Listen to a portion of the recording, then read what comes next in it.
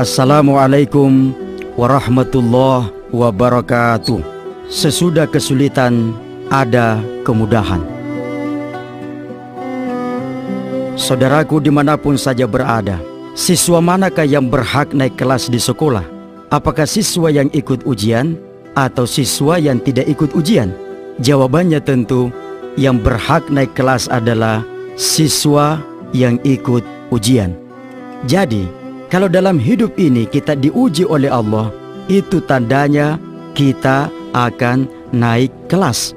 Tidak disebut seseorang sebagai pelaut yang handal kalau ia tidak pernah menghadapi ombak yang besar. Tidak disebut seseorang sebagai pemimpin yang hebat kalau ia tidak pernah menghadapi krisis atau masalah yang besar.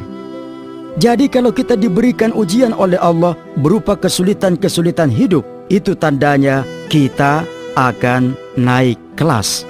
Seorang anak kecil yang meminta kepada ibunya untuk dibelikan gula-gula yang manis. Lalu ibunya tidak membelikan gula-gula, maka sang anak bisa berpikir, mama saya sungguh tidak baik. Gula-gula manis kok tidak dibelikan?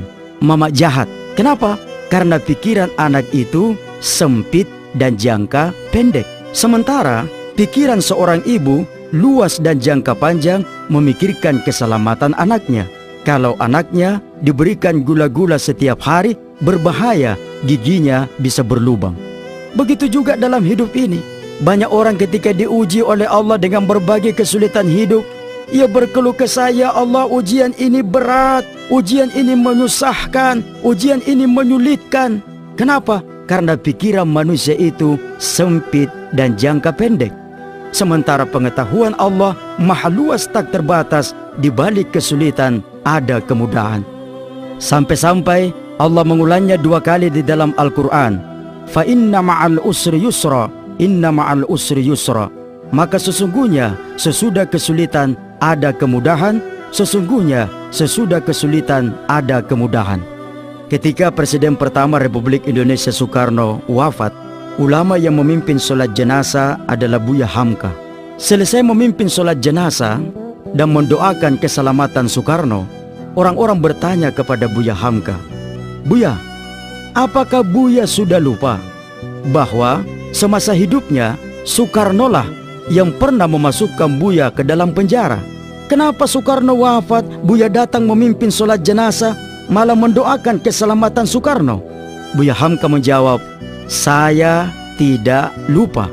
Justru karena saya ingat, maka saya datang memimpin sholat jenazah dan mendoakan keselamatan Soekarno sebagai tanda terima kasih saya kepada Soekarno.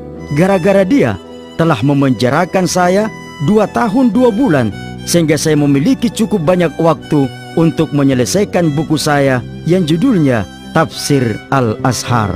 Jadi kalau kita baca salah satu karya monumental Buya Hamka, Tafsir Al-Azhar 30 juz Al-Quran, itu diselesaikan penulisannya ketika beliau berada di dalam penjara. Jadi ada hikmah di balik musibah, ada kesenangan di balik kesusahan yang menimpa kita. Hanya jangkauan pikiran manusiawi kita saja yang belum sampai memikirkannya. Allah senantiasa memberikan yang terbaik kepada hambanya. Kita saja manusia yang kadang-kadang berburuk sangka kepadanya. Allah memberimu kesulitan karena Allah akan memberimu kemudahan. Ini bukan kata-kata mutiara untuk menghibur bagi mereka yang berduka. Ini adalah ketetapan Allah bahwa sesudah kesulitan ada kemudahan. Boleh jadi di mata manusia itu adalah sesuatu yang menyusahkan, sesuatu yang menyulitkan, tetapi di kemudian hari terbukti itu justru menjadi sumber manfaat. Dan boleh jadi di mata manusia itu adalah sesuatu yang menyenangkan, tetapi di kemudian hari terbukti itu adalah sumber masalah dan malapetaka.